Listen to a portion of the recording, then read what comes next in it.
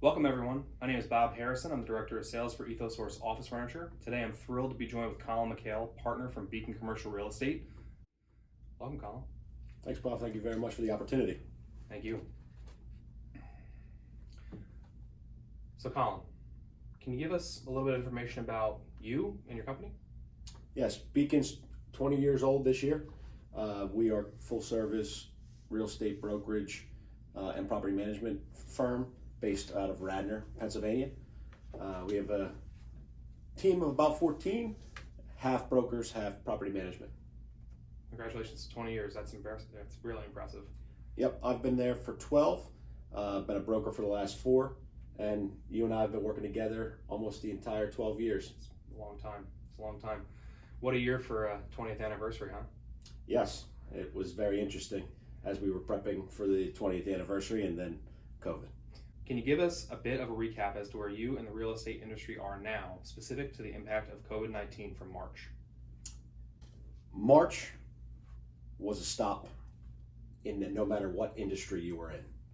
April, in the commercial real estate industry was a very disappointing month, followed by May, towards the end, had some bright sides, especially for tenants that leases inevitably were coming to expiration. We did see some sign short-term renewals, as well as other firms willing to sign leases for early next year commencement. Everyone wants to get back to work. Yeah, I agree 100%. So you have this forced hard stop in March for all of us, and your business just stops along with everyone else's.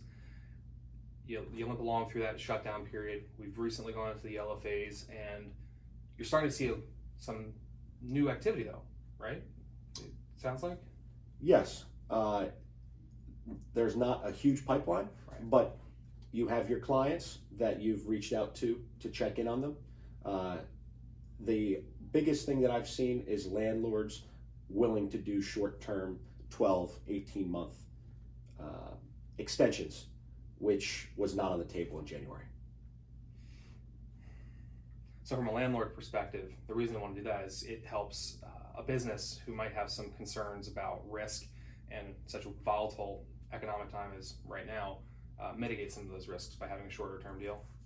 Exactly. So it keeps the landlord cash flow in place. And at the same time, the downtime in the event the tenant would leave. If the tenant would leave, it could be 6 months to a year on average to refill the tenant after construction and fit out. So you're looking into 2021 with current unknowns. So a serious domino effect. Exactly. All right. Are deals that were in the works prior to COVID-19 being modified to accommodate post-pandemic considerations? So I'm lucky to say in the month of May, I was able to complete 4 transactions. All 4 of them were a little different, where we've modified the floor plans, or they were just, 2 of them were just renewals. At the same time, I did lose 2 deals at signature, where the existing tenant is going to stay in place and not move into a new facility during these times. One said they're willing to reconsider in the fall, but no one knows where we're going to be. So they chose to stay where they're at instead of going out to find a new space because of concerns of economics and what have you, directly related to COVID-19 and the shutdown from that. Absolutely. And ownership also said they will not be willing to honor those deal terms after a set date. And they were acceptable to that, knowing that they might have to pay $1 to $2 more because of the rate that was negotiated by their broker. What does that boil down to for a tenant who's got to get out of their lease? Maybe they just decided they're going to stay short term. What impact does that have on them, on their bottom line? Are they paying a lot more by staying? No, I guess it's twofold.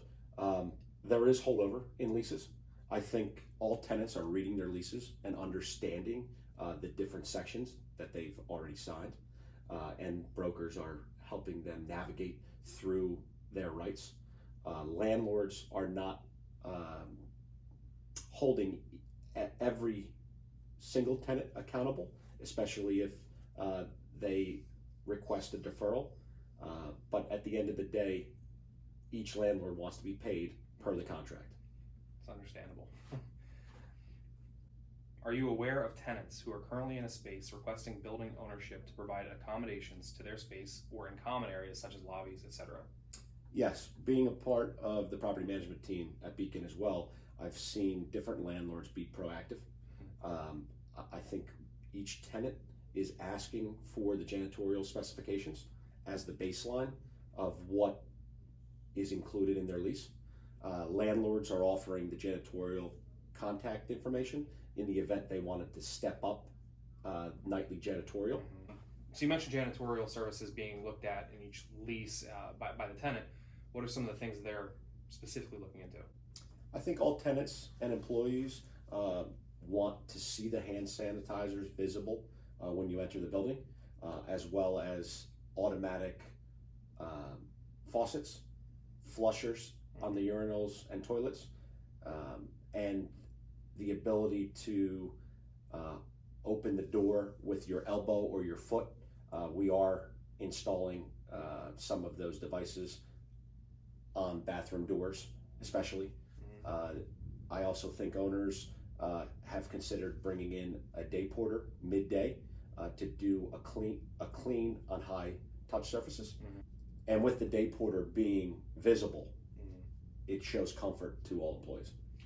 In your conversations with your tenants, your clients, people in your industry, what have you heard about businesses who have decided to have either an extended work from home policy or a work from home policy that's no end in sight? So I think mid-sized companies to large companies have definitely considered holding off on bringing the employees back, even though the counties have opened. The executives are coming into the office, but the individuals sitting in the cubes most likely are staying at home. I've heard of some of the large firms, over 100 employees, holding off until September, as well as 2 holding off until January. What happens with the square foot per employee ratio? I think this is specific to the industry. Certain tenants, like call centers, need space. I do believe architects will be working towards more perimeter offices and less communal space over the next 12 to 18 months when laying out tenants for space. But I don't see landlords reducing the rate per square foot, as they're going to want to keep the existing tenants happy and in place and still have availabilities to backfill. Right. I mean, it would be really dramatic shift from a landlord perspective, if or an owner perspective, if you start seeing a reduction in rates, considering the 10-year lead up to this point. Every year we've seen an increase in rates, especially in the last 5 years. Rates have gone up pretty consistently. So it's got to be a dramatic push-pull effect here, with people maybe needing less space overall, or requiring more space per person. How that price per foot dynamic kind of plays out. It's be very interesting to see. Yes, the price per square foot on Class A environments with the Class A property management team, I believe, is going to stay the same. Will the tenant size reduce? I think that's inevitable as people are looking at the bottom line on the expense side. Big picture, what is the state of the market today? I personally think we're paused, and we will be paused until we have a vaccine. I think tenants are going to do short-term commitments, require flexibility in lease terms, as well as COVID pandemic language in the future. And when you say COVID pandemic language, you mean from a liability perspective? Correct? Absolutely. I also believe subleases are going to increase as tenants that have committed for 5, 7, 10-year terms and aren't even halfway through don't need as much space. Mm-hmm. So that could provide opportunities for smaller companies that want nicer space in higher threshold marketplaces for a discount, and being side by side with a strong credit, well-known name. It's very interesting. It's very interesting. Yeah, it'd be nice if you're a up-and-comer kind of company and you want to be in a prestigious kind of space to be able to do that in a maybe a limited, a more minimal risk, minimal cost situation. Tenants will just need to remember that during the sublease, they're going to have to reuse what's existing. Mm-hmm. There is not going to be a tenant allowance Right. like there would be from a landlord that would be providing a turnkey or close to turnkey Right. fit out. Because it's not their space. Correct. So the space that is going to come available will be open workstation area. Mm-hmm. You're not going to be able to find a 8 office perimeter, 3,000 square foot space in a Class A Conshohocken building Right. for that much of a discount. But still something to look out for potentially if you're a business who's got big aspirations. I believe we're going to see a lot of things change in the next 6 to 12 months. I agree with you. What do you think the state of the market will be 6 months from now? Well, we'll be in 2021, and we'll be able to put 2020 behind us. The state of the market, I hope the professionals and doctors come up with a vaccine in short order, and the fear of the unknown is removed from decision makers of the companies nationwide. Yeah. So do I. So do I. The economic engine's starting to pick back up, people starting to be able to go out and do normal economic activities. Do you think we have a chance of recapturing that economic high we were on before the shutdown? I think we will. It's going to take leadership and some positive events to change the mindset of different decision makers and the morale of their team. Mm-hmm. I hope that there's not a separation for more people working from home. I have heard many different things, but some say they like working from home. They don't need to commute in the morning or after work. They don't need to wear dress clothes to work. Pajamas are acceptable.